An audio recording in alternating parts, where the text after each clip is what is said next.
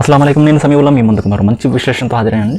ఈరోజు సోదరి అడిగిన చిన్న ప్రశ్న, శాపనార్థాల నుండి రక్షణ పొందడానికి ఏదైనా మంచి దువా అంటే చెప్పండి అనేది ఈ ప్రశ్నకు సమాధానంగా ఈ వీడియో చేస్తున్నాను.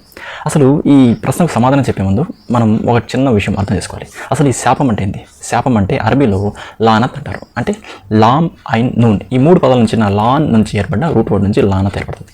అంటే శపించడం, రెండు దైవదయ నుండి ఆ వ్యక్తిని తొలగించడం. ఇప్పుడు శాపం ఎలా తగులుతుంది అనేది ఒక్కసారి చిన్నగా క్లుప్తంగా చెప్పేస్తానండి.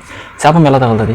ఎదుటి వ్యక్తి దానికి అర్హుడైనప్పుడు, అంటే మనం ఇప్పుడు శపించబోతున్నాం, ఆ వ్యక్తి దానికి తగ్గవాడు ఉండాలి. అంటే అతను మన మీద అహంకారమో లేకుంటే అన్యాయమో లేకుంటే మన హక్కులను కాలరాయడమో ఇలాంటి విషయాలు చేసి అతను ఆ శాపానికి అర్హుడైనప్పుడు మనం చేసే శాపం అతనికి తగులుతుంది.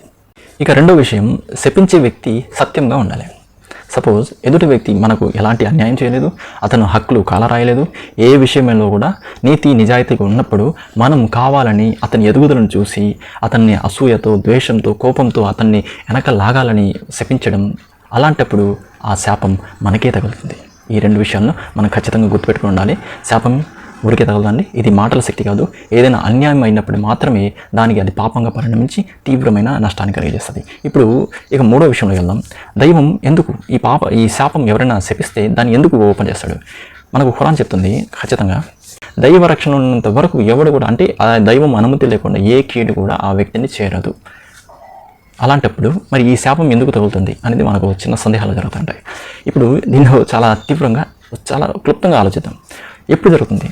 దైవమేమో నువ్వు మంచి స్థితిలో ఉండి నువ్వు అన్యాయంగా ఎలాంటి కార్యక్రమాలు చేయకుండా నీతి నిజాయితీ నిబద్ధతతో ఉన్నప్పుడు నిన్ను ఆ దైవం రక్షిస్తూ ఉంటాడు అని చెప్తున్నాడు. కాబట్టి నువ్వు దైవ రక్షణలో ఉన్నంతవరకు నీకు ఎలాంటి వ్యక్తులు చేసినా కూడా, ఎంత తీవ్రంగా ఘోషించినా కూడా ఆ ఘోషలు శాపంగా నీకు తగలదు. ఎప్పుడు తగులుతుంది? షరతు.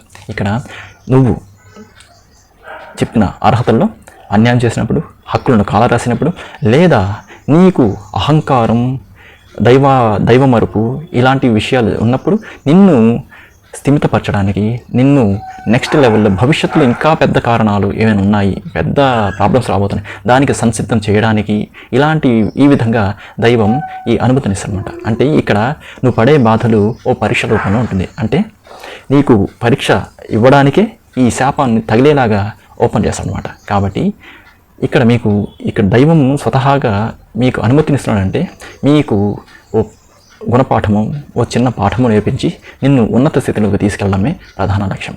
ఇప్పుడు నాలుగో విషయంలోకి వచ్చేద్దాం. దైవం 3 పవర్ఫుల్ దువాలు ఇచ్చాడు, అధ్యాయాలు ఇచ్చాడు. అదే సూరా ఫలక్, సూరా నాస్, సూరా ఇఖ్లాస్. ఈ 3 దీంతో పాటు ఆయతుల కుర్సీ. ఇవి 4 కానీ గుర్తుపెట్టుకుని ప్రతిరోజు ఉదయం, సాయంత్రం బయటికి వెళ్ళే ముందు లేకుంటే నిద్రపోయే ముందు ఇవి కానీ పఠిస్తూ ఉంటే ఇదే మన మనసులోని అపోహల్ని, ప్రకృతి నుండి ఏర్పడ్డ అన్ని రకాల భేషజాల నుండి మనకు రక్షణ తీసుకొస్తుంది. కాబట్టి సూరా ఫలక్, సూరా నాస్, సూరా ఇఖ్లాస్ దీంతో పాటు ఆయతుల కుర్సీని తదేకంగా పదే దీన్ని గుర్తుపెట్టుకుంటూ ఉండండి, దీన్ని స్మరిస్తూ ఉండండి. తద్వారా దైవ రక్షణలోకి ఆటోమేటిక్గా మనం వెళ్ళిపోతాం.